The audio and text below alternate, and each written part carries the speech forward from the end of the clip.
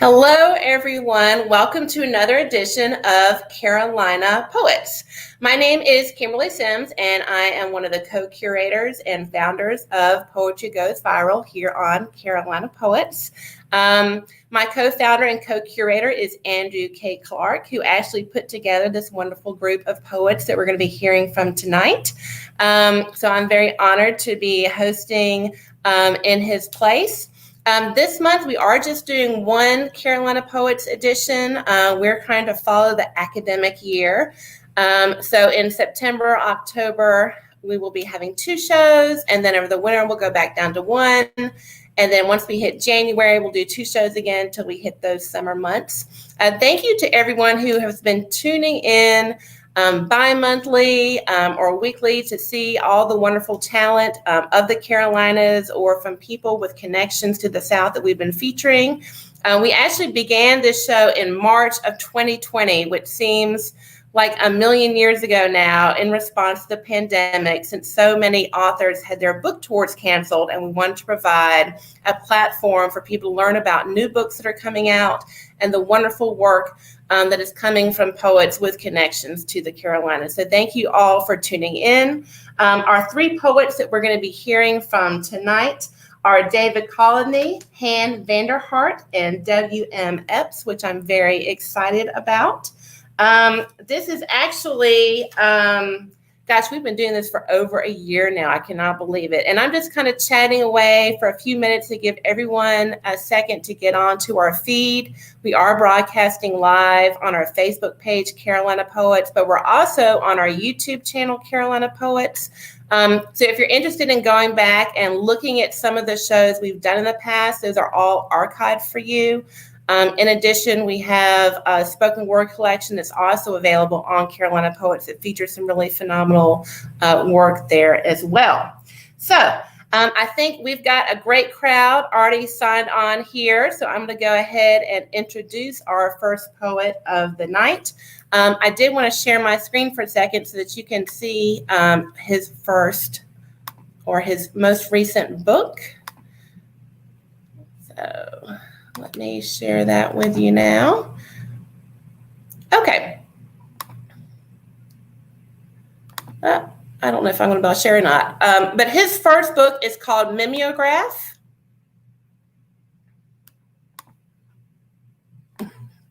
Okay, I'm not going to be able to figure that out on the fly here. So let me go ahead and read his, and I will share a cover of his book later in the reading, and we are going to be sharing a link to his new book.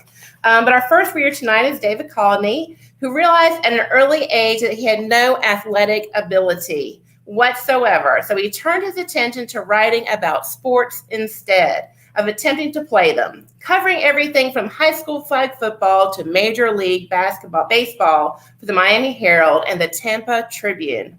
David is the author of the chapbook Mimeograph. He earned an MSA at Converse College and holds an MA from Nova Southeastern University. David's poetry has or will appear in a variety of journals, including the South Carolina Review, which is one of my favorites, Panoply, St. Petersburg Review, and the Chaffin Journal. He serves as an associate editor of the South Florida Poetry Journal and lives in Boynton Beach, Florida with his wife, 3 sons, and a golden retriever. So without any further ado, I'm going to bring him on. David, welcome. Hey, everybody. It's great to be here. Thank you, Kimberly. I look forward to reading for everyone tonight. Awesome. Well, we're so glad to have you here, and I'm going to pop backstage, and I'm going to throw a link to your book in the chat, so I'm looking forward to hearing your poetry. Great. Thank you. Hey, everybody. Hope you're doing well. Greetings from Boynton Beach, Florida, where it looks like we're about to dodge a tropical storm, but we can't seem to dodge COVID. I'm going to read some poems for you tonight. I hope you enjoy them. And I think there's a Q&A or something afterwards so we can chat. So this first poem is called Surf and Safari. I'm a professional surfer. I tell people when they ask what I do for a living, working in surf phrases Googled for authenticity, like foam and foam blank and foam board, tossing in gnarly, glassy, and goofy foot for good measure, quoting the Beach Boys to those too young to know better, shutting down their 409s, whatever. Ride the wave's crest, dudes, and the lip could carry us anywhere, away from the world we were stranded like aliens parked behind pressboard desks, pushing paper instead of performing the perfect pop-up punt on the Pacific's snarling soup, punching in and out workaday time clocks, set shaking as we stumbled to the shore. Let's go surfing now. Everyone's learning how. This one is called Time Wounds All Healed. I'm not sure the number of calls and texts I've received, all offering some twist of the phrases, just checking on you and seeing how you are. I'm wondering how I am too. I lost track. It's like I'm dust under the cliched anvil falling from the sky in a black and white cartoon, pulverized temporarily before emerging unscathed after a TV commercial clears the air. Sooner or later, they'll stop checking in. They'll no longer worry how I am. That's when I'll return their calls and texts, kindling to their fire, all of us aware nothing is more savage than to revel in someone else's loss. I don't necessarily consider myself an incredibly topical poet, but there's some things you can't ignore and you just have to write about. I guess a global pandemic being one of them. Set that aside for a second. Another part of this introduction is about one of my favorite poets, one of my favorite people, my MFA faculty mentor, Denise Duhamel. In the mid-90s, she had a chapbook of poems where Barbie, it was called Kinky, and Barbie was the central character, and there are all these different Barbies. And I thought I might take a stab at writing a Barbie poem and updating it for the 21st century, especially 2020. It's called COVID Barbie's Dream House. COVID Barbie wipes spit up and drool from her fashionista dress before sprinting to the kitchen, smelling dinner burning on the stove. With baby in one hand, iPhone in the other, her days blend into a multitasking hodgepodge. Fashion dolls aren't supposed to have this much on their minds. She coaxes the twins to finish their homework at the dining room table, and she logs back into work for a 4:30 meeting. She takes a moment to ask herself how she's doing. Mattel did not give her legs flexible enough for running through the house easily, but was thoughtful enough to give her the ability to self-reflect. With 3 stories and 7 bedrooms, Barbie has a lot of ground to cover. Mattel added an elevator and smart TV with remote to entertain the kids when she needs to get some work done. COVID Ken works from the garage, space available because the car was sold separately. He doesn't help with the kids, claiming he's busier working from home than he ever was at the office. Some of his paint hair has rubbed off, and he owns an extra ring around his midsection that Mattel added by equipping him with a pull-string gut that expands and contracts. He pretends to work, but mostly mopes and searches porn. Barbie sometimes thinks she smells beer on his breath after lunch, but she doesn't say anything. This quarantine couple breathes easier knowing the re-released Barbie's Dream House has been updated for 2020 with tap water sanitizer and wall hooks for face masks. But she doesn't sleep well these days. Some nights she spends hours staring at the popcorn ceiling of her princess bedroom. Ken snoozes off his stupor, but Barbie can't help thinking that things were so much better when she could just stand in her cardboard box and gaze at the world from a toy store shelf through the kaleidoscope of a plastic shield.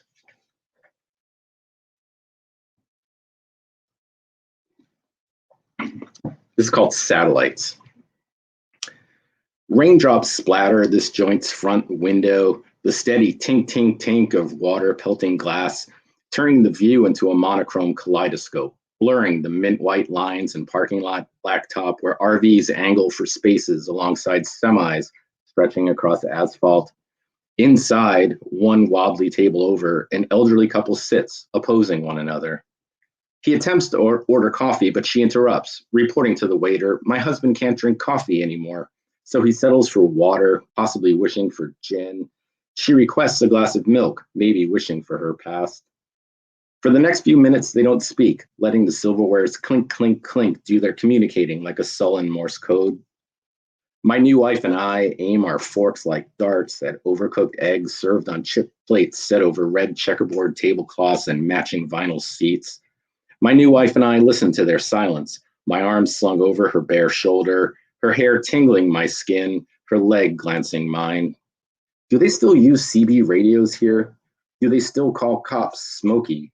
We ask each other, only half in jest, joking we're in a time warp, that this must be what 1974 looked like, pleather boots and a smoky haze. I rotate my wife's white gold ring with my fingers like satellites rotate their planets, engagement diamond reflecting the ashtray that anchors the center of the table, heavy as a paperweight.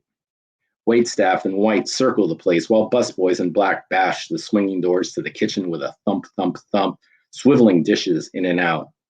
The old man reads today's newspaper aloud, either to himself, his wife, or to us, offering not only headlines, but a view into what we may become. I look over at him, his wife, then at my new wife, turning to peer outside again. I can hear a growl of thunder, but see nothing but a gray wall of rain. I guess Kim at the beginning had talked a little bit about the chapbook Mimeograph. Here's what it looks like. It's available at finishinglinepress.com. Spoiler alert, that's actually me right there. Note the resemblance. I'm going to read the next couple of poems I'm going to read from the chapbook. It's something that explores the relationships between fathers and sons and the circular nature of it. You know, you start off as someone's son, and then you become someone's father, and because of you have a son and that person, and so on and so forth. So let me read a couple of those now. This first one is called December 9th, 1980. Engulfed by the desperate quiet, we sit at the breakfast table, both as empty as the milk carton. Dad's stoic blue mailman shirt grows wrinkled, matching the deepening lines on his face. His transistor radio lay silent on the Formica counter. No Technicolor glow. Dad couldn't let me learn of John Lennon's murder from any random source. He tells me in a voice that trembles like the stuttering tick of the wall clock as he stirs his instant coffee, as if to give his hands something to do while sorting out his own hearing of last night's horror. I spoon imperfect circles in my cereal. When I close my eyes, I swear, I see John wave from Abbey Road's crosswalk, gleaming in a mint white glow, ascending.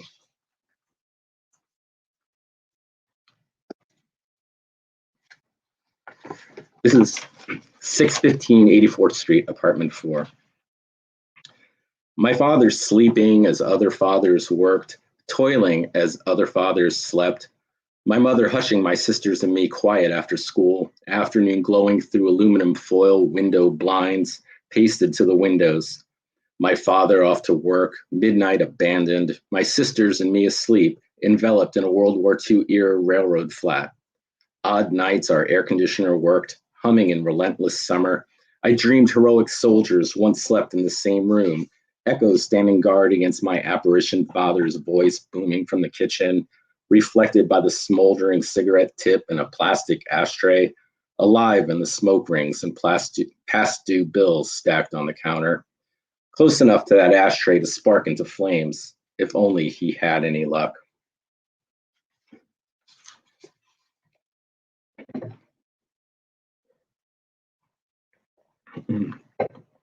This one's called Matzo Brie in 4 Easy Steps. Excuse me, 4 Easy Steps. I thought it was 3 for a second, but it's actually 4. 1. To create this Passover favorite, first take matzah, break into small pieces, place into a bowl. Cover with hot water for 1 minute. Squeeze out the water. Why is this night different from all other nights? On all other nights, we eat bread or matzah, while on this night, we eat only matzah. Too many nights we ate dinner with the TV on.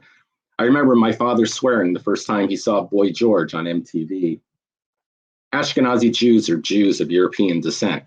Ashkenazi Jews think they are better than other Jews. 2. In a small bowl, beat 1 egg with salt and pepper to taste and add matzah. Mix well. Why is this night different from all other nights? On all other nights, we eat all kinds of vegetables and herbs, but on this night, we eat only bitter herbs. My sister always defended Boy George.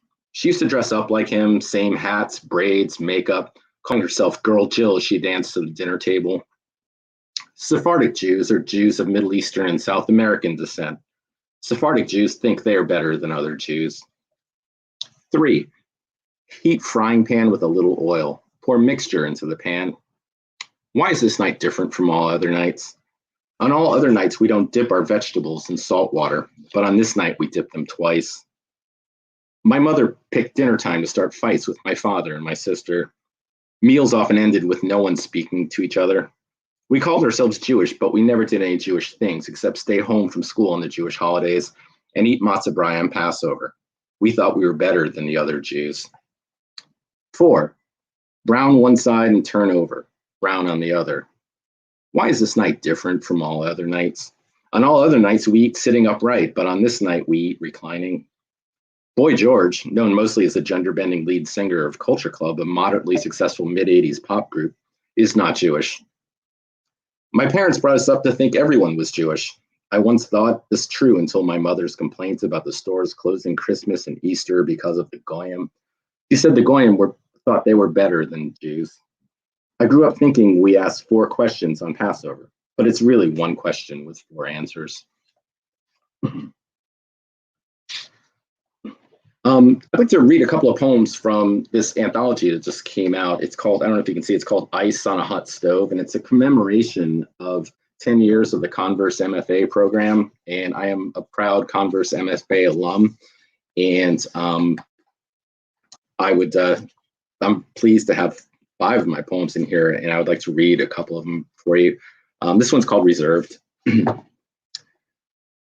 I didn't know she smoked cigarettes in the alley behind this office building. My secretary, with her tight, perfect fingers arched over correct letters on her keyboard, by my side working late, stuffing envelopes, pushing pencils, pretty and young as the night is raw and dangerous.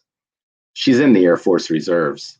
I thought reserves met a weekend a month to talk shit and drink beer in a uniform. I didn't know they were a fighting unit deployed to worlds unknown, whisked from their families in some muzzle flash fury. She's seen combat. My secretary has seen death at her boots. She's camouflaged in the desert. She's 5 feet tall maybe when she sinks in the Iraqi sand, and in the ordinary gunfire of corporate deadlines, my secretary is hard like mortar, loud like bombs. When she returns from active duty, a civilian again, I feel I've let her down. Our office has no glory, no glamour, no twilight's last gleaming. I'm no patriot. I'm a mannequin, and so is she, both plastic against reality and paper for a paycheck. The tasks I ask her to do must seem so mundane. When she asks for a smoke break, I stand and salute. She's home among the dead cigarette butts scattered and smoldering in the minefield out back. Okay, I'm going to read another one from the anthology. I think I've just got two, maybe 3 more to do. This one's called Deployed. Your bedroom clock scatters us in minutes. You rattle off random tasks, chores before departure, physicals, basic training, storage, lease breaking. You already speak staccato like your drill sergeant, hollow, broken syllables. Standing at attention, we survey these blank walls, pretending. Diminished breaths, an open window. A lonely cloudburst blurs your orders clutched in spastic hands. Tear stains drain white paper gray. I see through the folded print, an X-ray. If I touch that letter, it means you're leaving, so I let angular words dangle. In this minute, there's no changing you. In this room, we live a moment we don't understand. Your bedroom clock spins time faster as you ship out to serve decaying America. Young soldier, if your country loomed as large as your heart, beating under camouflage, last name embroidered, flag emblazoned, if only your country appreciated. In this minute, I don't know. Salute you or hug you so tight, you never go.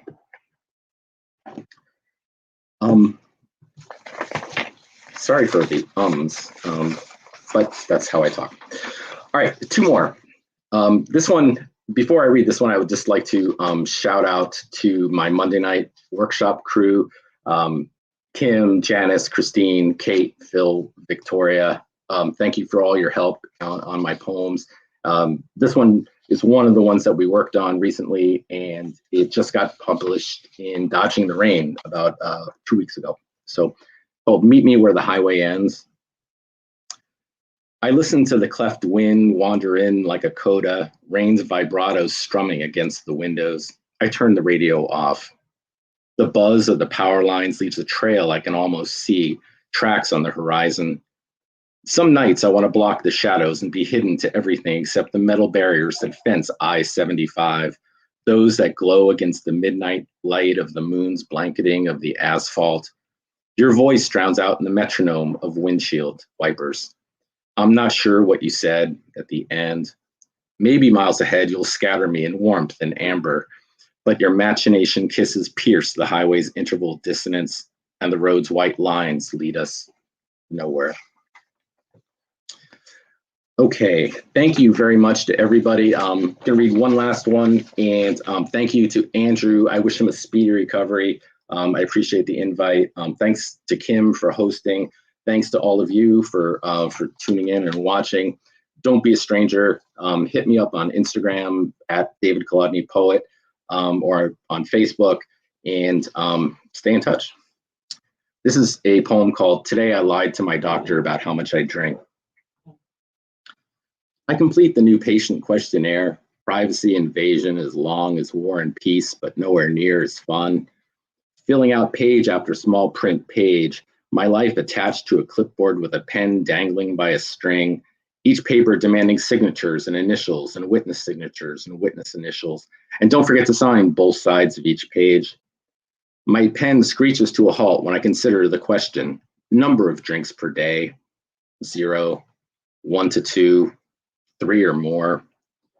I feel the other patient's eyes roll over me, sitting, staring, judging, knowing which query I struggle to respond, the internal rationalization swirling from my imagination. How is drink defined?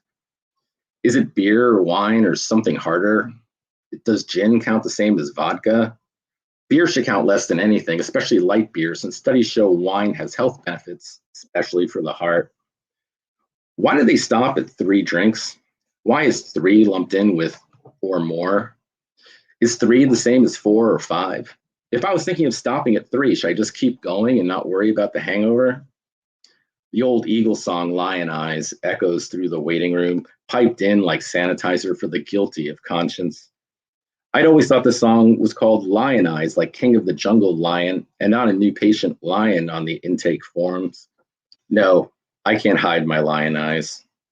I take the path of least resistance and circle 1 to 2, which sounds reasonable during quarantine and which we're all tempted to partake at any random hour. I knock on the window with the handwritten sign reading, "Don't knock on the window," and wait for the harsh slide and sneer. I hand back the clipboard with a pen dangling by a string, submissively like I was ordering from the soup Nazi, and return to my seat where I wait for the next hour, time enough to rehearse a better answer to the face-to-face drinking question. Thank you. That was awesome, David. Thank you so much. Thank you. We had a lot of great comments about your Barbie COVID poem. That was super fun. So thank you so much for sharing that. And where can people get a copy of, I know he mentioned this MFA alumni book of Converse. Is that something that people can just get from the Converse website, or? Actually, it's published by Clemson University Press. So okay. Go there to that website and you should be able to order it. It's fantastic. Amazing poets in here. Ashley Jones, Dorianne Lux, Denise Duhamel, Rick Mulkey, Richard Tillinghast, Julie Wade. I could go on. Awesome. And I'm going to share again. We had a little advertisement of your book pop up briefly while you're reading, but I'm going to share that again. But we did put in the chat that people can go to Finishing Line Press to purchase your book, which sounds like, just based on your reading, would be a really great read. Thank you again for being with us tonight, and we will bring you back up at the end. So audience, if you have questions, throw them in the chat, and at the end, we will circle back to David. Great. Thanks, David. And I did want to just briefly, now that I've remembered how to do StreamYard, I've been in Zoom too much recently. Here is David's book, Mimeograph. So definitely pop over to Finishing Line Press so that you can pick that up. I'm going to go ahead and introduce our second reader now. This is really just Just a phenomenal night of poetry. We're going to have VanderHart with us next, who lives in Durham, North Carolina. She holds an MFA in poetry from George Mason University and an MA in English from Georgetown, where she worked with Carolyn Forche at the Lannan Center for Poetics and Social Practice. In 2019, she received her PhD in English from Duke University.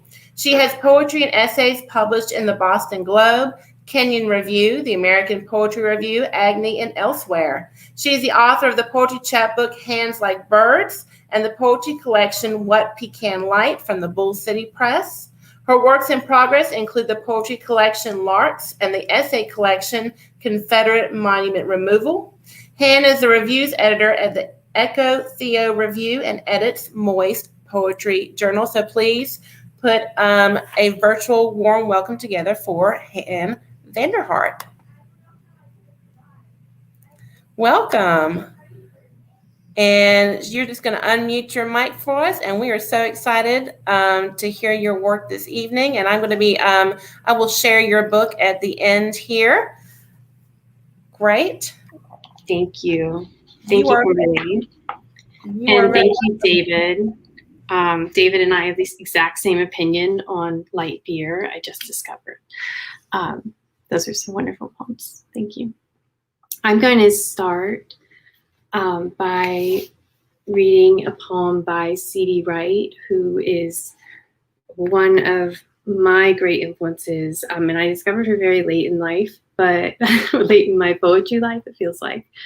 But when I did, I learned something about myself as a poet that, there is a language in the South for poets, and it's different. And I had not been reading it.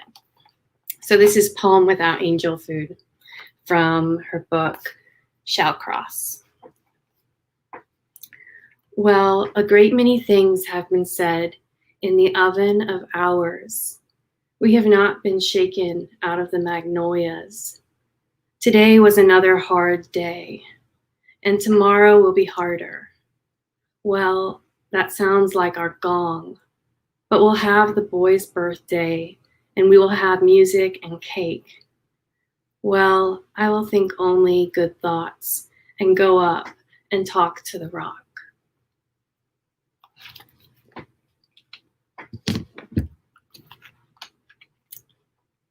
And I'm going to read a few poems from What Pecan Light, which I have here. And I'm not going to be looking a whole lot at the camera because I have a migraine, and also I feel a little bit like Narcissus looking into that pool of water. When someone says a poem is masterful, it is arrow after arrow in the still pumping heart. Who is the master of art? No one. Who wants to master the body of a poem? No one should. I have a master in my family tree, Jack Allums. He will always be there. The male head of a household, a person licensed to command, farmer and enslaver, sower of seed, his word writ on bodies. Even in Amherst, Dickinson's imagination runs to master. In her third master letter, she crosses out the line, but I knew you had altered me. When Emily crosses a line, she revises, she helms herself. She circumnavigates mastery. The mythos of mastery is this. A canvas sail is said to master the wind, and a wooden rudder the sea. But the wind can shred the sail, and the ocean dissolve a human tongue, so that it cannot say a single word. To make will always be better than to master. The field of the page better than salt and sugar, fields of someone else's labor.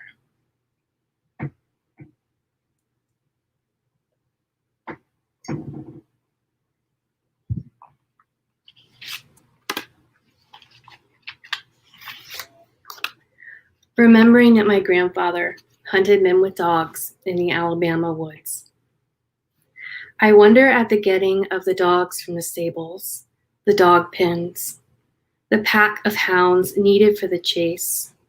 When I was 5 or 6, my parents had a pair of blue-tick coon hounds, Roger and Rufus.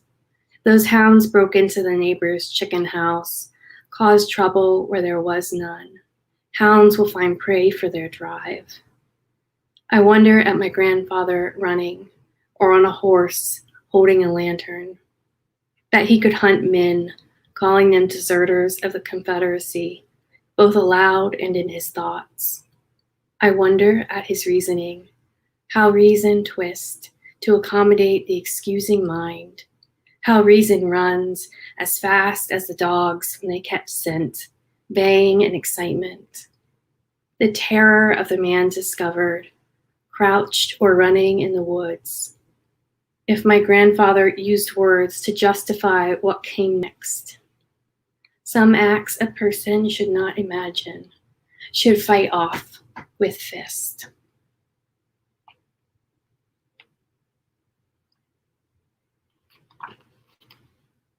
And this is a poem ending in a line from C.D. Wright.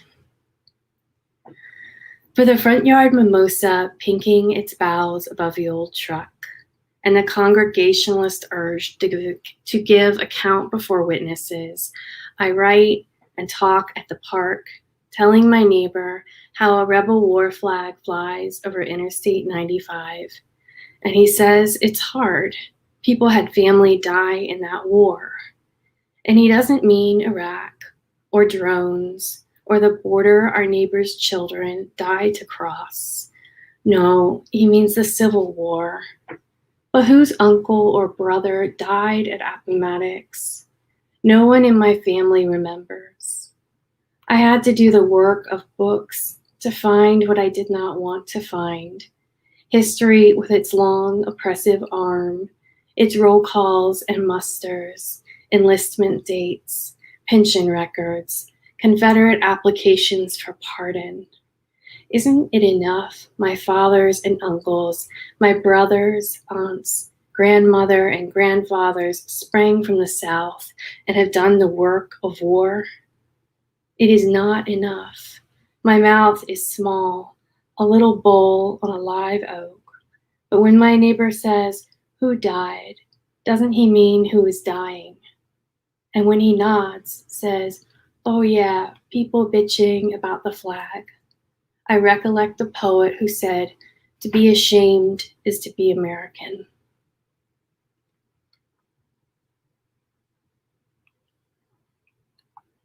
I'm going to end reading from What Con Light with a more tender poem than some of those. Confession. I have not been tender enough with the birds on my porch, whose nest I took down, put back, disturbed. There is more. I looked at my family tree and wanted to cut it down, to saw off limbs, cut roots that go too deep in the South, the branches of the U.S. military, my father's year-long targeting course at Fort Leavenworth.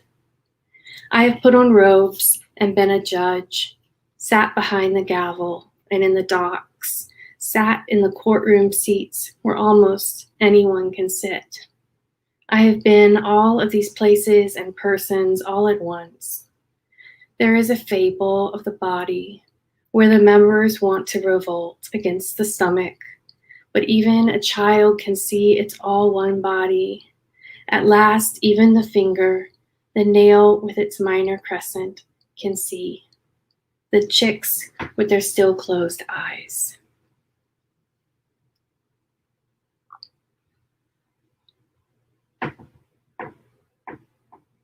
Okay, I'm gonna stop with those, which always feel kind of heavy.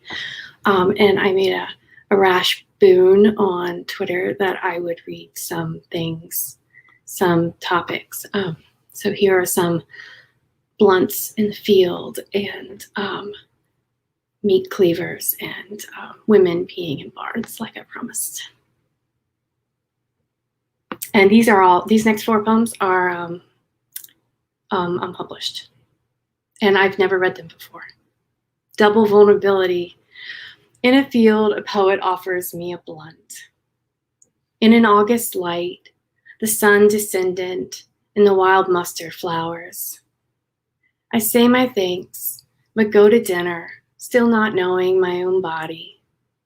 What will happen when emptiness meets something else? The poet smiles and goes to the river, a thin smoke behind them. The Sumerian light brushes each petal. It lasts for thousands of years. Oh, and I should say, I guess, that these 4 poems are from a manuscript I'm working on. It does a lot with ekphrasis and visual art. And the book is, right now, it's titled Sonatas for Wheat Fields. The Rokeby Venus translations. This is a work of art that was brutally attacked by a suffragette. So these are my translations or transcriptions of the event.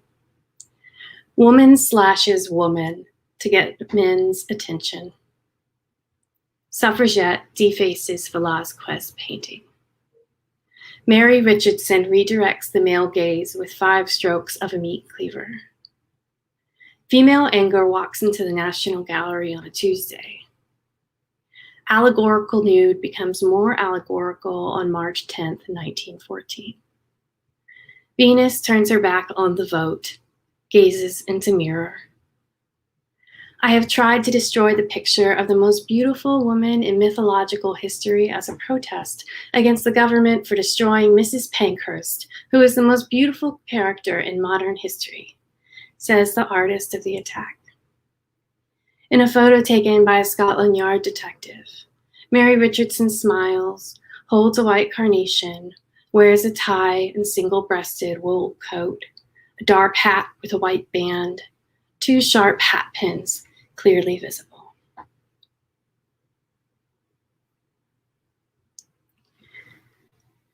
This poem's titled Self-Portrait as a Column in Sally Mann's Deep South. And it's after Untitled, plate 26. The plantation house is gone, but I am still here, clinging to the earth like Virginia creeper or kudzu, though the foundation crumbled around me and now grass surrounds me. What is it the cemetery tour guide said? Marble cuts like butter next to granite, and my fluted sides are granite. I was dragged here by horses and men, and those horses and men are gone. Everything is grass. I am still I. And here's my final poem, which is Woman Peeing in a Barn. And this is based on a photograph that Emmett Gowan, who's a big influence on Sally Mann's work. He did a lot of intimate photography, and his wife Edith was just huge as a subject, and his children. Woman Peeing in a Barn. Is Edith Gowan the photographer's wife? Is backlit by summer? Is holding her white cotton gown up? Is hands gathering at hip bones? Is legs apart? Is head turned sideways? Is relaxed, mouth parted? Is letting her water flow on the barn floor? Is releasing what she can? Thank you. That was awesome. Thank you so much, Han, for sharing those beautiful words and taking us on so many journeys. Very nice job. And we will be bringing you back up here at the end because I know that I have a lot of questions that I would like to ask personally. We have put Han's link to Bull City Press back in the chat again so that you can pick up her work, pick up David's work. And I'm very excited now to bring up our last poet of the evening. This whole night has just been such a treat. I'm getting so many, I love going to poetry readings too, because I always get so many great ideas for new poems. So it's always Just such a joy to host these and to go to poetry readings. So really been fun for me to host tonight. So our next reader I'm also very excited about. He's been such a huge supporter of Carolina Poets since we began.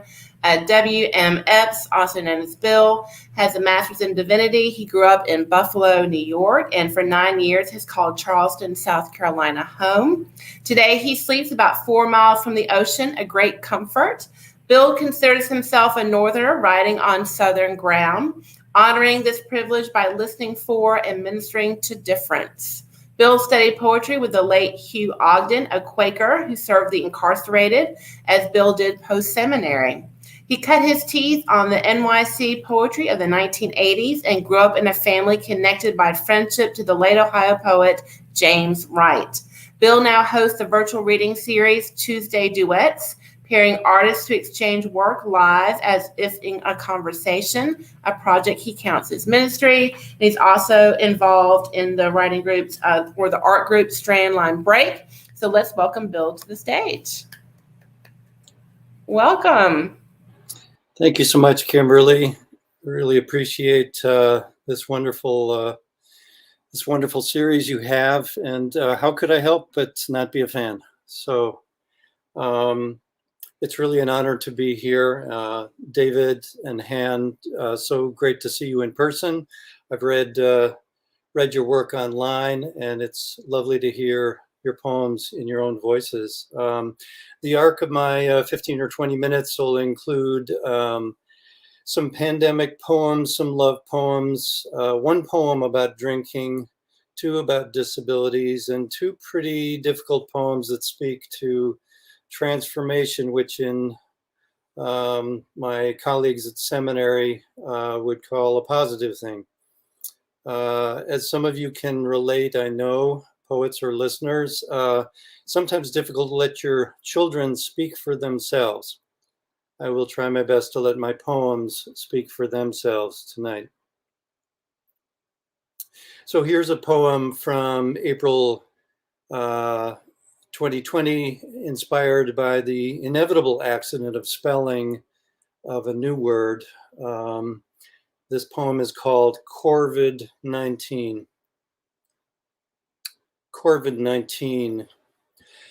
Quoth the raven nevermore, mocked the crow, we will mob you now. Screamed the jay, I'll put a spell on you. Sang the magpie, I speak your language too. Flashed the yellowhead, blink and I am gone. Played the rook, I take your king. Swooped the jackdaw, we rank you low. Gathered the passerines, omnivore, this is chaos, roasted slow. Here's another poem about the pandemic, a particular trouble that I had, and hopefully will not have tonight right now. Machines have a way of knowing when you're a little bit anxious, when they break down. Being so dependent on a computer and having a key go wrong. This is key haiku. Key haiku. My sticky T key, you locked me out. My main screen, precious crumb drop, stop. Here are 2 poems about disability and adaptation. Disability touches everyone in their lives, whether they know it or not. And it certainly did to my family. This one's called Listen. Listen, a mother's habit, turning her back on family, talking. That mother's deaf mother, a ghost in her grandson's complaint, remembering hearing aids, pearls, the patience to be heard, looking carefully, turning away. And this is an older poem that followed my learning a bit of American Sign Language. Learning to talk in hands. Take a word like whiskey, full of heat, horses prancing and that broom sound sweeping the ear. Take words like fever, clever, cleaver, cloche, whip poor will, pussy willow, Harizowick, Shlomo, and Schlemiel. They all gather now in conference, fearfully, near the base of the tongue, ground floor of meaning, interrupted, these words lost to my hands now, hands speaking for themselves, from their memories, their tensions, their little bands of bones, muscle, little nerve minds far from the brain stem that catch meaning and return it in the time it takes a knee to twitch, faster than, oh, or words like whiskey.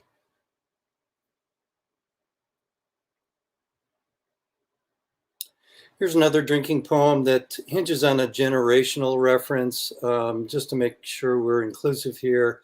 Pokey and Gumby were two stop-motion claymation characters created by the University of South Carolina Film School graduate Art Clokey. I watched a lot of this as a kid. And I dedicate this poem to everyone in the rooms and those who love them. It's called Slow Key at the Tricky Bar. Slow key at the tricky bar. Low key, pokey, and slow.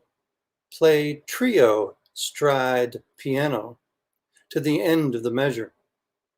Slow raises a quick finger of query from his blackthorn trigger, says to the bartender, who slid Gumby down the bottle wall?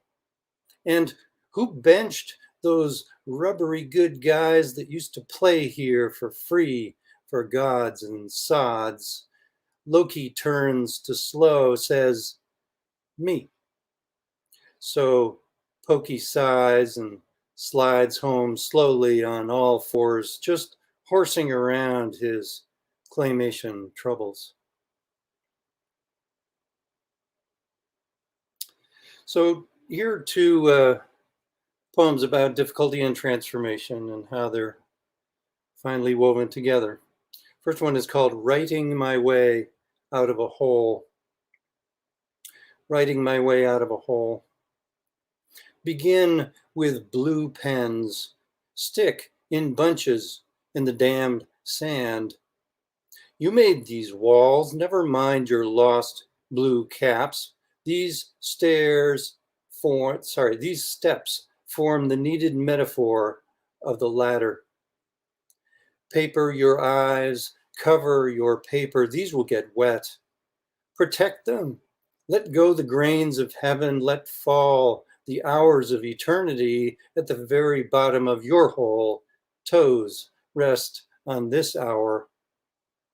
Grains you cannot eat. Take a shower. Keep cats in mind who scratch. Cover their urine in sand. 2.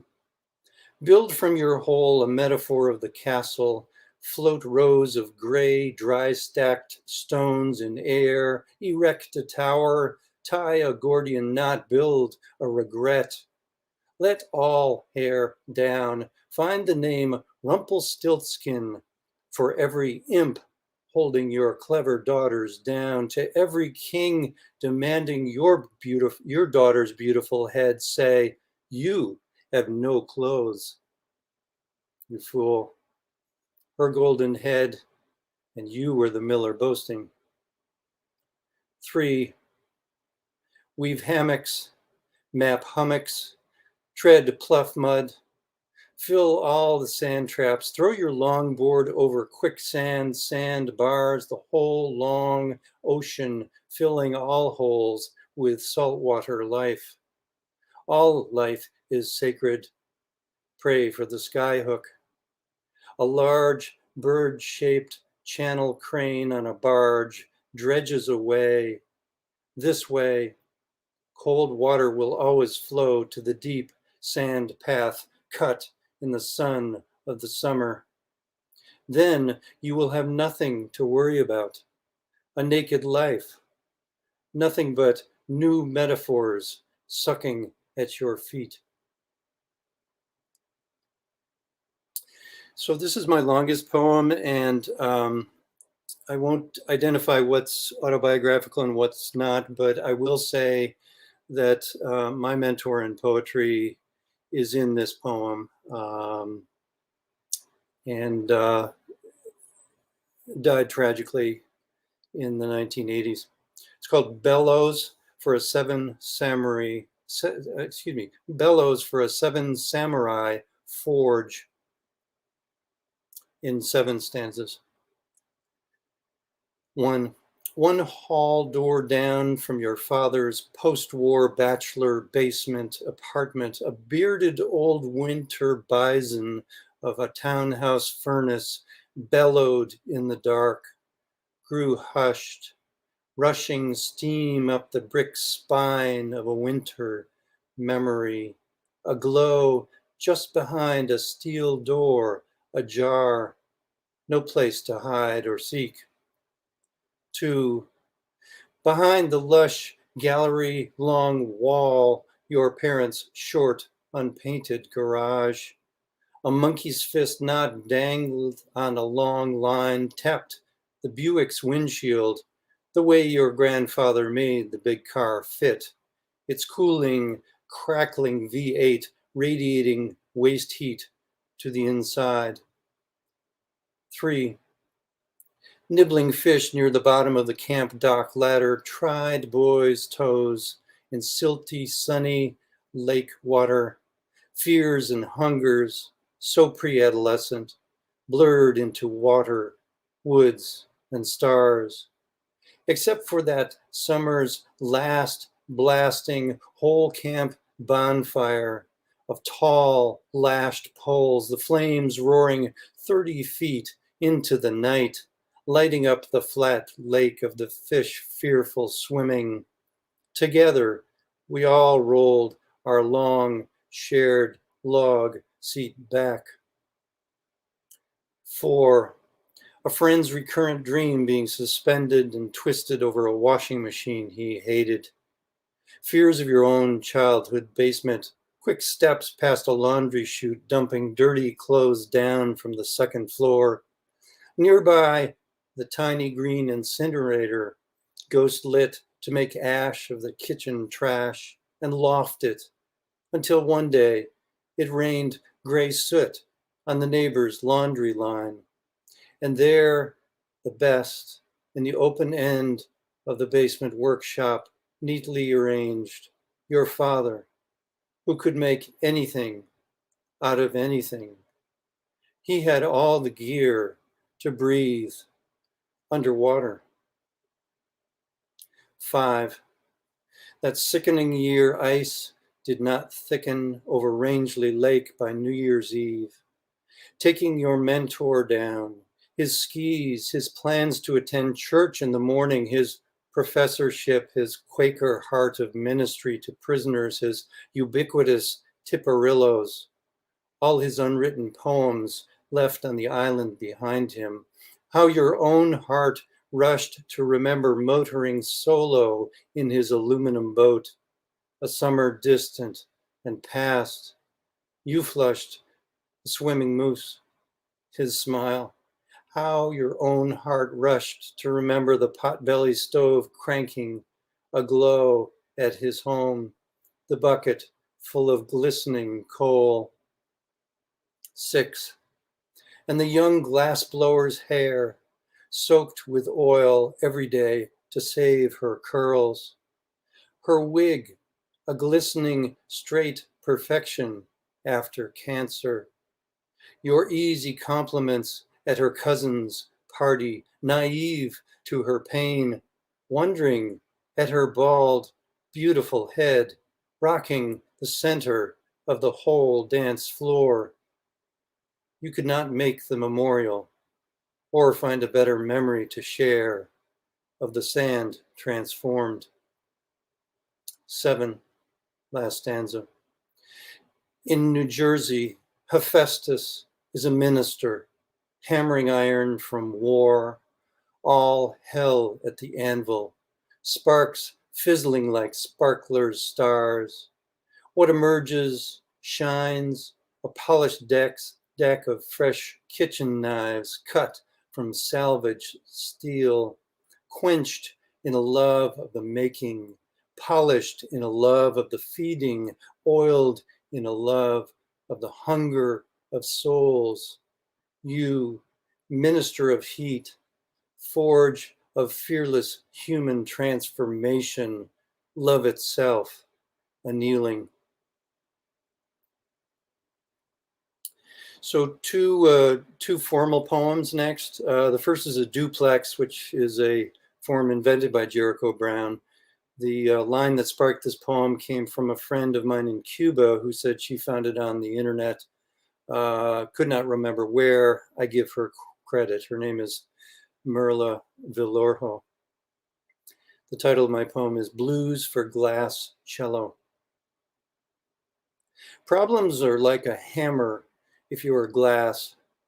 Shatter, hammer on, bend the note, try guitar.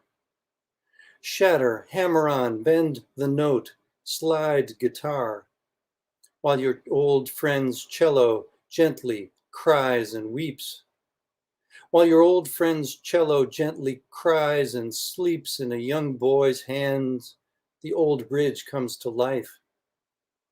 In a young man's hands, an old bridge comes to life. River crossing, span of life, travel trusting.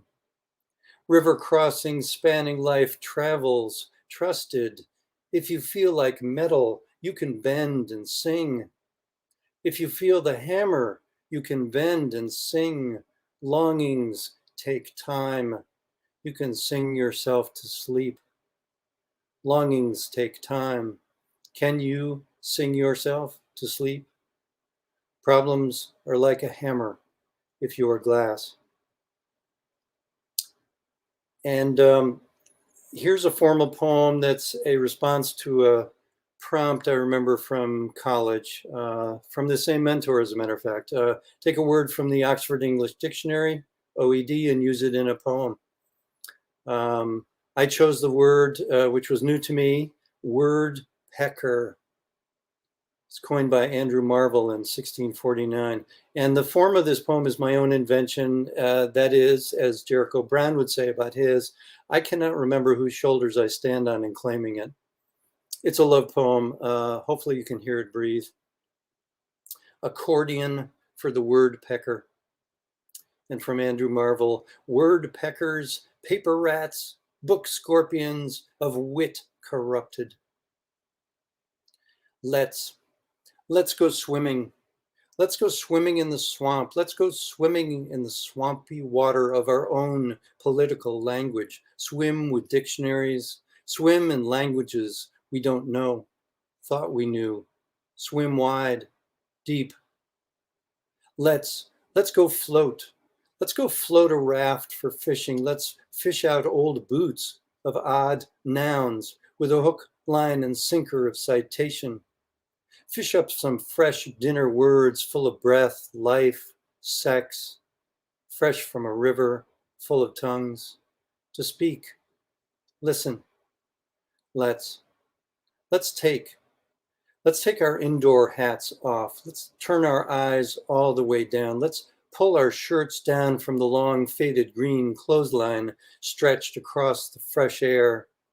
Let's get dressed up again, start the old car, walk downtown, rest under trees. It's spring, spring the verb. Follow a new word for love. Find a naughty new safe word. Let's. We need to talk. We need to talk about this love. Swim the verb. Talk without predicate, pretension, purpose, impossibility. No blurry, clownish nounishness. Talk in our first language, all the way down. Talk, talk, love. Can we listen? Listen to the language of swimming down, holding breath. Find old words for oars, shores, surfaces, sails, docks, lines, knots. Can we just float, not talk, talk, take? Let's take and give. Let's take our minds off all the hours. Let's snorkel down under the surface again. Listen to the hushed knocks of the word pecker, hunting far above the cypress knees, testing the echoes of a common language.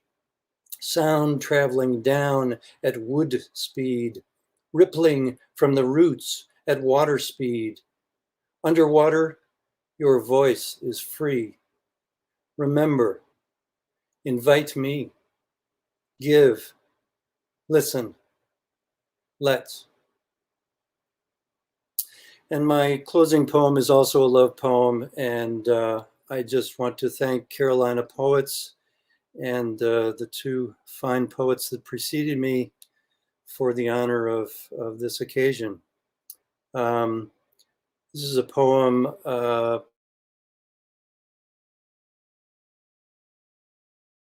mouth half full. What is the color of the dirt where you grew up? What is the color of the sand? What are the colors of your hands, your voice, your hair, your soul, those goals you have? What is the color of your age, your era, your jazz, your folk, your ska, your rock, so inclined to a rhythm? Did you eat well today? What spiced your rice, beans, and bread, your potatoes, your yams? What's in your head? Are you the color of what you eat? Sacred, plain, daily. Go then, bake yourself a heart-shaped house. Lay your table to bridge a grave. Raise the dust you are, rich dirt. To the mouthful you are, to me, sweet soil, mouthful. Thank you very much. Bill, that was great. Oh my gosh, so many great allusions in there as well. What a treat. Awesome job. Would you tell us really quickly though about you've got this group Strand Line Break. Sure. Yeah, so there are two, so similarly to Carolina Poets Live, you know, there was a need for some more online activity. I already had a closed, private, small group called Airport Line Break, and it was clear that we needed some more connection. So Strand Line Break began as a place to put poetry and to post events and readings, and now has become a multi-arts place. And from Strand Line Break, we Zoom and Facebook Live a series called Tuesday Duets. So hope that helps. Awesome. Well, listen, I'm going to bring David and Han up here so we can have a little discussion. Okay, David looks like he's ready. Great. And I'm going to bring Han on. First of all, this has just been such a phenomenal night of poetry. What a treat to have the three of y'all on here together. It's been so great. And I think one of the things that really struck me about all of your poetry was how you were using your poems to address kind of some difficult subjects. Even in David's more humorous poetry, he was still, I think, addressing some really difficult subjects. So I thought maybe you guys could speak a little bit about how poetry is, can be a great way, maybe different than fiction and different than nonfiction for addressing, tough issues in our society. Well, if I could just address that, I think it's, poetry just by its very nature, and its brevity, it's a little bit more immediate. So I think there's more of a better time factor, to address current events in that. And in terms of, humor, I mean, there's sort of two sides, I guess, to every coin. And maybe there's a little bit of, brightness or some funny or irony that you can kind of pull out of some bad situation. And, for me, that's always sort of an angle that I try to aim for, just because I think it might be more accessible, if it's a little bit funnier and a lesson I learned from a teacher I had, Erica Dawson, who was a fantastic poet herself, was to sort of trust your reader. They'll go where you're going, and I think if you throw a little humor in there, they're a little bit more likely to follow you. Good point, David. That's so true. So true. I love that advice that you received there, that your readers will follow you. Great. Hen, did you want to speak on that topic? Yeah, thanks for that great question. I mean, as with most things, there are a lot of different ways to answer it. For me, I think it's that poetry has, even though I write nonfiction, and I understand that, all writing has gaps. The gaps seem more formally present in poetry. So I think that's part of, people talk a lot about the silence on the page. I think of Jory Graham's amazing Some Notes on Silence, that poetry works really well with silences, and difficult subjects have a lot of silence around them. So when you're talking about them, you don't have to know everything about something to speak about it. And I think, especially if it's trauma or something, sometimes you won't even have memory of it. So it can be very helpful to write in a form that's very generous that way, in terms of allowing for gaps and silence. Absolutely. Gosh, I love that you bring that up. Sorry, that's the golden retriever that you mentioned earlier. We can only keep our little critters. I'm surprised my daughter hasn't walked in here yet. Bill, what about you? You did same thing. I noticed a lot of kind of tough subjects that you were bringing up, through poetry. So I'm very interested in poetry that heals in the listening, and also poetry that heals in the writing. This was actually the first time that since college, since the 80s, since my mentor died, that I was able to write about him.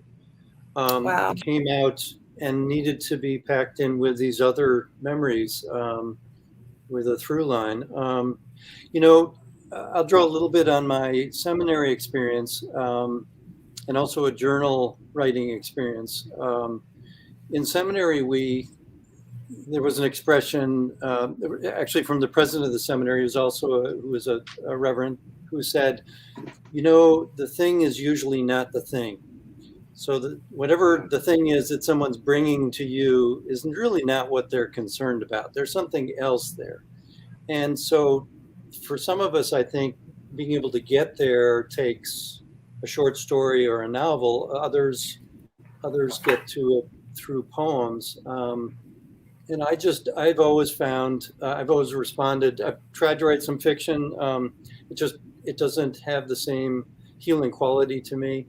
In my journal workshop days, the advice was, if you're having trouble writing about something, draw. Go to the thing that's going to bring you to the next thing. And to me, that's the pattern of line after line after line in a poem. So anyway. Great point. Yeah, and journaling, so I think important too. So thank you for bringing that up. The other question I have is to do with titles.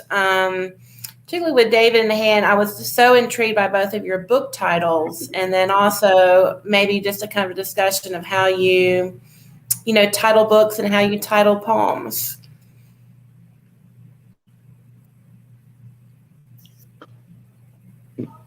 Well, it's a tough one. Yeah, it is. Well, Mimeograph came to me because I guess the theme of the book is how fathers and sons kind of go through this cycle of things. And if you think about an old mimeograph machine, it sort of prints off a copy that's each copy is a little bit different, but they're more or less the same on its surface, but they're a little bit different. So to me, once that title popped into my head, that's one of those poems where I actually wrote to a title. There's a poem in the book called Mimeograph, and I literally just tried to write a poem to that title because I wanted there to be a title poem in there. Wow. And other than that, like the titles of my poems, like that's the hardest part to me is coming up with a title. And sometimes, they just kind of present themselves and they're obvious, and I'll have, working titles for things and sometimes I think it's like when I look back at something later after it's, even if it's been published in a journal or something, I'm like, that title kind of sucks. I should have called it this. And it's hard to me. It's harder to come up with a title than it is to come up with the actual poem sometimes. Absolutely. Han, did you want to speak on that topic? Yeah, that's a great question. Thank you. Mine was, I'm kind of in love with 11th hour edits and what happens when you're under pressure and you know that someone else is going to see your work and suddenly you become very vulnerable about it or whatever. And how important, I think it's a really important thing to happen with your revision. But when I was submitting my book to Bull City Press, it was titled Confederate Statues Are Falling This Morning, which is the title, which is a poem I thought was the title poem. And it's about my mother and I having a fight about this monument that was being pulled down in Durham. And it's kind of an angry, it's got some anger in that poem. And we kind of make up at the end, but I was submitting it and I was like, who's going to want to read this book titled this? Like, it sounds so abrasive. I don't know. And also just being raised by two parents from Louisiana, like there are ways you approach people and there are ways you don't approach people. And my dad's very big on civility and just, that you have this like Southern charm that you try to turn on, like you try to use it sometimes. And so I was thinking about a title that was just prettier, that I liked better and that sounded better. And so I pulled a line that was What Pecan Light. And then I have the opposite problem, because then I think, oh no, someone's going to see this beautiful title and pick it up and think it's like a book about lyric poetry. And instead I'm like Invites with My Mother or Confederate Statues, it's dealing with white supremacy in the South. So, and kind of, white supremacy in a family and what that looks like. And so I don't think there's a lot of winning, but I think of titles that really, pop on the bookshelf to me when I'm at a bookshop or things that just, they pique my interest. And so I think that's what I think a lot too about. I'm in awe of one-word titles. I think they're incredible. My most favorite title that I've heard lately is Christopher Kemp's new book from LSU Press, What Though the Fields Be Lost. And that's a quote from Milton's Satan in Paradise Lost, and does a lot with Gettysburg and secession in the South.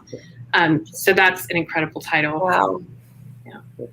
Wow. Thank you for sharing that. It's so interesting to me to hear like the journey that poets go on with their books. And so that was really great to kind of get a little peek inside the journey that you took to name that book. And the title is fabulous. So kudos on that. Bill, do you want to talk a little about naming poems or how you approach that in your work? Sure, and let me lift up one of my favorite book titles, just because Han has worked with her. Carolyn Forcher's The Country Between Us. I always aspire to a title like that.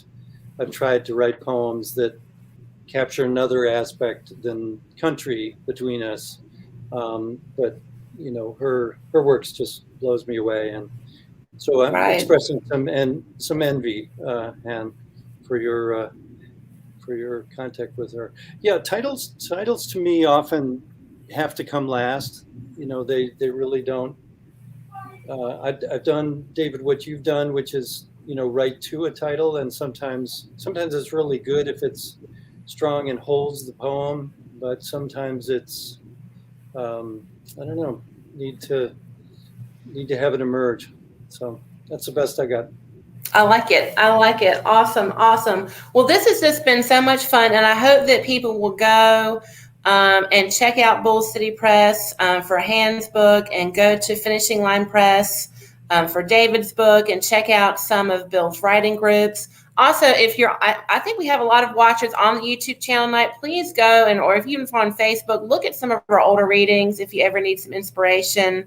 I was looking at our YouTube channel the other week and I was like, I cannot believe how many videos we have up now. A lot this has been a long pandemic. So we will be back in September with 2 readings. We'll be celebrating Latinx Heritage Month in September, and then of course in October, and in November we're going to be doing 1 reading, and we're going to be celebrating NaNoWriMo with some fiction writers. So thank you again to Bill, David, and to Han. Y'all have just been a fabulous trio tonight. Thank you to Andrew for bringing y'all together. Please read some poetry, write some poetry, and buy some books by these wonderful poets. Thank y'all so much. Thank you. Thank you, Han, David, and Kimberly.